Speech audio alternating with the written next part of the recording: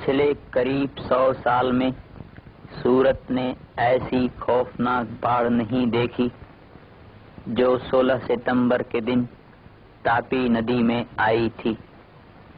सभी ओर हाहाकार था। शहर के कुछ मोहल्लों को छोड़कर सब जगह 5 फीट से लेकर 15 फीट तक पानी था। उसी दिन रात को शहर की संरक्षणात्मक दीवार टूटी और कई निर्दोष स्त्री पुरुष काल के ग्रास बन गए। उसी बाढ़ग्रस्त सूरत की वेदना की धड़कनें हम यहाँ प्रस्तुत कर रहे हैं। गला डूब पानी में प्राणों की बाजी लगाकर हमारे तस्वीरकार ने उसे यहाँ पेश किया है। 16મી સપ્ટેમ્બર ને બુધવારનો એ 11મો દિવસ સુરત પર અભૂતપૂર્વ આફત ઉતારનારો હતો। તાપી નદી ચારે કાંઠે ઉભરાઈ હતી અને એના પૂર સુરતની શેરીઓમાં અને માર્ગો ઉપર ધસમસતા વહી રહ્યા હતા।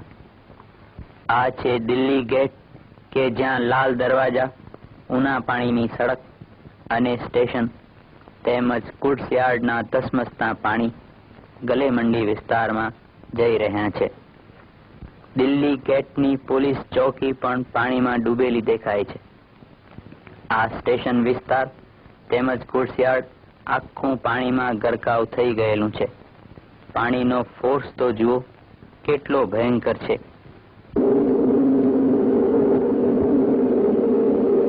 રસ્તો પસાર કરવાનું એ જાણે મુશ્કેલ બની ગયું હોય એમ લાગે છે। હવે ચૌટા પુલ નીચેનો વિસ્તાર જોઈએ, જ્યાં દુકાનોના ઓટલા સુધી પાણી આવ્યા છે અને પુલ પરથી લોકો ચૌટામાં ભરાયેલા પાણી ક્યાં સુધી પહોંચે છે એ આતુરતાપૂર્વક જોઈ રહ્યા છે।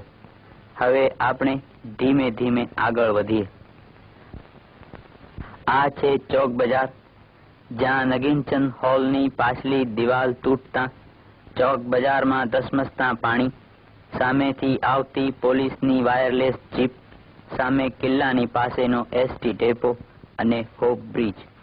નદીના ધસમસતા પાણી 176માં બંધાયેલો આ પુલ પોતાની પૂરી તાકાતથી રેલનો મુકાબલો કરી રહ્યો છે।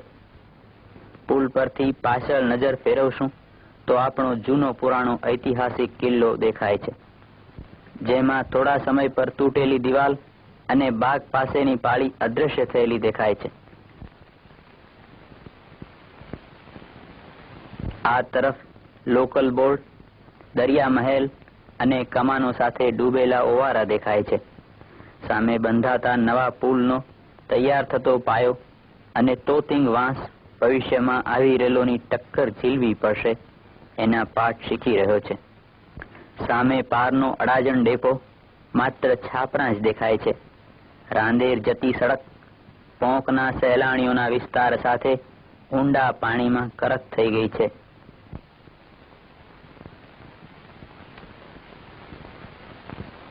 હવે આપણે પાછા ફરીએ, ધીરે ધીરે આગળ વધીએ।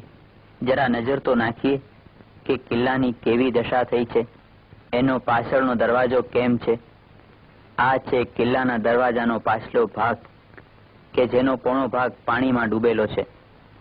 નદીના પાણીમાં તણાતી ભેંસ જોઈ શકાય છે। કિલ્લાના આગળને દરવાજે પાણી, સિવિલ હોસ્પિટલમાં પાણી, ગાંધીજીનું પુતળું અને આગળ જતા સુરતના સહેલાણીઓને બાગની પાળ પર પહોંચાડતો રસ્તો કે જે પાળ પરથી અત્યારે પાણી વહી રહ્યા છે, છતાં સાહસ વીરો ઊભા છે। બાજુના ભેળવાળાઓ ભાગી છૂટ્યા છે। આપણે પણ ઉપર ચડીએ, પણ ચડીને જઈશું ક્યાં? પાણીમાં? ડાબી તરફ